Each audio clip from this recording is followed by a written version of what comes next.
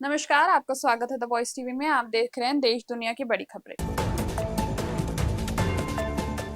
तो चलते हैं पहली खबर की ओर। भारत और चीन जल्द से जल्द चीनी मुख्य भूमि और भारत के बीच सीधी उड़ान सेवा बहाल करने और एक अद्यतन हवाई सेवा समझौते को अंतिम रूप देने पर सहमत हुए हैं।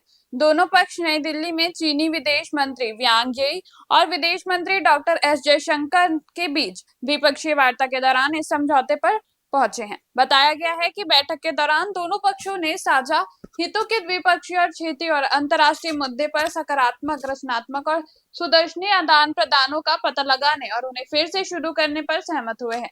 इनमें भारत चीन सीमा क्षेत्रों में शांति और सौहार्द बनाए रखने के लिए प्रभावी सीमा प्रबंधन को आगे बढ़ाने हेतु एक कार्य समूह का गठन शामिल है। इसी के साथ अगली खबर। प्रधानमंत्री नरेंद्र मोदी ने कहा है कि भारत और चीन के बीच स्थिर और रचनात्मक संबंध क्षेत्रीय और वैश्विक शांति एवं समृद्धि में महत्वपूर्ण योगदान देंगे। प्रधानमंत्री ने भारत चीन सीमा पर शांति और सौहार्द बनाए रखने के महत्व पर भी जोर दिया है और सीमा विवाद के निष्पक्ष, उचित और पारस्परिक रूप से स्वीकार्य समाधान के लिए भारत की प्रतिबद्धता को दोहराई है। प्रधानमंत्री ने कल नई दिल्ली में चीनी विदेश मंत्री वांग यी के साथ बैठक के बाद यह बात कही। तियाजिन में आयोजित हो रही शंघाई सहयोग संगठन शिखर सम्मेलन के लिए प्रधानमंत्री को चीनी राष्ट्रपति शी जिनपिंग का संदेश और निमंत्रण सौंपा। इसी के साथ तीसरी खबर। विदेश मंत्री डॉक्टर एस जयशंकर आज व्यापार, आर्थिक, वैज्ञानिक, तकनीकी और सांस्कृतिक सहयोग पर भारत रूस अंतर सरकारी आयोग के 26वें सत्र की सह अध्यक्षता करेंगे। डॉक्टर जयशंकर मास्को में भारत रूस व्यापार मंच की बैठक को संबोधित करेंगे।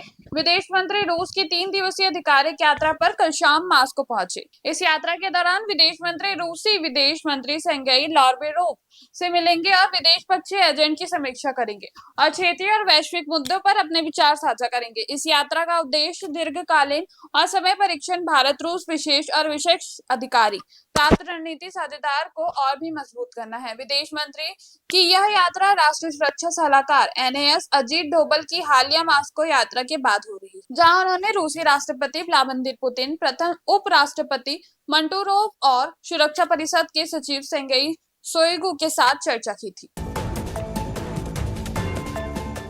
इसके बाद जनतांत्रिक गठबंधन के उपराष्ट्रपति पद के उम्मीदवार CP राधाकृष्णन आज अपना नामांकन पत्र दाखिला करेंगे। नामांकन दाखिला करने की इस प्रक्रिया में NDA के सभी नेता शामिल होंगे। कल नई दिल्ली में हुए NDA संसदीय दल की बैठक में प्रधानमंत्री नरेंद्र मोदी ने NDA के उपराष्ट्रपति पद के उम्मीदवार CP राधाकृष्णन का परिचय कराया है और उन्हें बधाई दी। बैठक के बाद मीडिया को जानकारी देते हुए केंद्रीय संसदीय कार्य मंत्री किरेन रिजिजू ने कहा है कि प्रधानमंत्री मोदी ने विपक्ष समेत सभी सांसदों से उन्हें सर्वसम्मति से चुनने की अपील की। इस बीच विपक्षी दल इंडिया ब्लॉक के उपराष्ट्रपति चुनाव के लिए सुप्रीम कोर्ट के पूर्व न्यायाधीश B सुदर्शन रेड्डी को अपना उम्मीदवार बनाया। उपराष्ट्रपति चुनाव अगले महीने की 9 तारीख को होगा।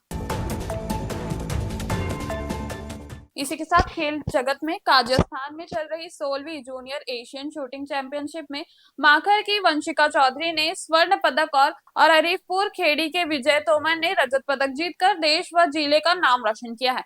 इससे पहले रश्मिका ने आत्मविश्वास से भरे प्रदर्शन के साथ जूनियर महिला एयर पिस्टल का ताज जीता। उनका स्कोर 241.9 था, जो रजत विजेता कोरियाई हॉन से 4.3 आगे था। ऐसे ही खबरों के लिए बने रहिए द वॉइस टीवी के साथ।